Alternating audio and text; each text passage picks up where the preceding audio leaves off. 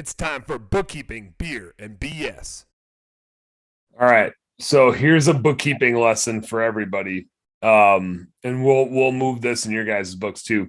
Whenever you buy like a pressure washer, a lawnmower, a grinder for epoxy floor, like grinding a garage floor, anytime a single piece of equipment is over $2,500, it's always a capital asset. That $2,500 threshold might change, but what that means is instead of it going on the P&L as an expense, it goes on the balance sheet as an asset. And basically, the IRS is saying expenses get consumed, assets get used over time. Mm-hmm. And so they have to put a threshold on it that says like over a certain dollar amount, it's now considered an asset that lasts longer than a year versus an expense lasts shorter than a year. So the $3,500, was that a down payment or was that just like a payment for a thing? No, that's what we bought it for. Who did you buy it from? Rooster Auto. Rooster, like yeah, just like that. Yeah. So pro tip, always put a payee in QuickBooks. Whenever you enter an expense, always put the payee in. Because then you can search by them in the future. And if you get audited, it's like nice to have that.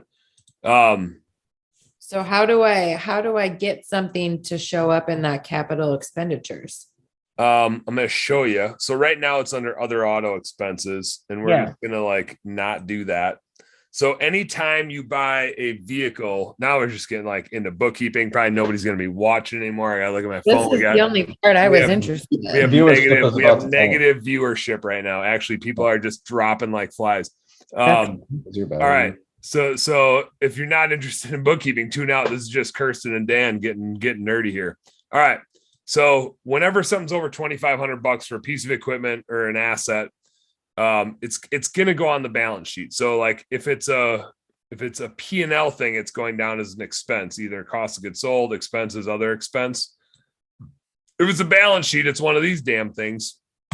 In this case, it's a fixed asset, which is like other current assets is like immediate investment type of stuff that pays off immediately. Other assets has some other goofy shit in it.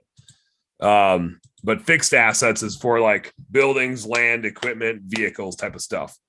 The only ones that I ever use are vehicles and machinery and equipment. Like for our businesses, that's pretty much all we ever have. So this is when it goes on the balance sheet as an asset and it's something we own. It's not like a consumable expense. So we're going to say van.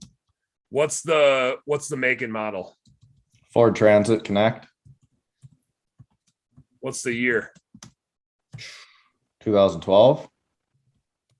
What's the last four of the VIN number?